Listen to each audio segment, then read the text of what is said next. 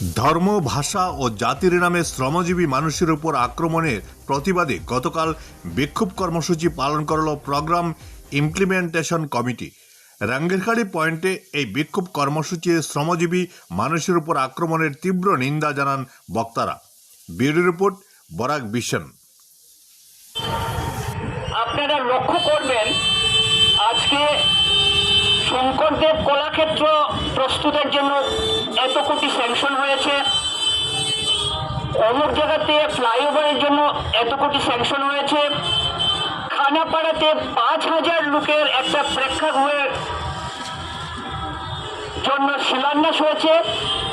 এইগুলা যেভাবে ফলাও করে বলা হয় এবং আমাদের চোখ পড়ে, তার পাশাপাশি এই পত্রিকার অন্যান্য পৃষ্ঠায় যেটা চোখে পড়ে, মুর্শিদাবাদ থেকে একজন শ্রমিক গ্রামে গ্রামে শহরের নানা গলিতে তার দ্রব্য বিক্রি করছে, ন্যূনতম দামে বিক্রি করে যেটা পাচ্ছে সেটা তার বাড়িতে পাঠাবে। তাকে যে হ্যারাস করা হচ্ছে, তাকে যে একটা সম্প্রদায়ের টেগ লাগিয়ে তাকে যে মারা হচ্ছে বা বিভিন্ন জিনিসে, অথবা আপনারা দেখবেন যে অঞ্জন এই যে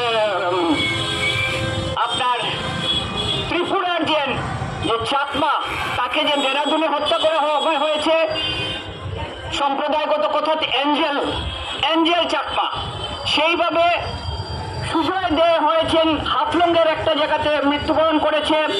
এই যে জিনিসগুলো হচ্ছে বিভিন্ন জায়গাতে, এই যে অরাজকতার মধ্যে বিভিন্ন জায়গাতে ঘটনা ঘটে যাচ্ছে বর্তমান সরকারের থাকা সত্ত্বেও, যেখানে আইন শৃঙ্খলা বারবার প্রতিহত হচ্ছে, সেইগুলা কিন্তু আমাদের চোখে পড়ে না। আপনারা দেখবেন বলা হচ্ছে অমুক চা বাগানে একটা স্কুল খোলার ব্যবস্থা করা হয়েছে, স্যাংশন হয়েছে এত লাখ টাকা, আজকাল তো লাখ না কোটি টাকার, কিন্তু সেই স্কুলটা গড়ে উঠলো কি? সেই স্কুলটাতে মাস্টার মশাইরা এসছেন কি? সেই স্কুলটাকে শ্রমিকের ছেলেমেয়েরা পড়াশোনা করছে কি? তার কোনো খবর নেই। এইভাবে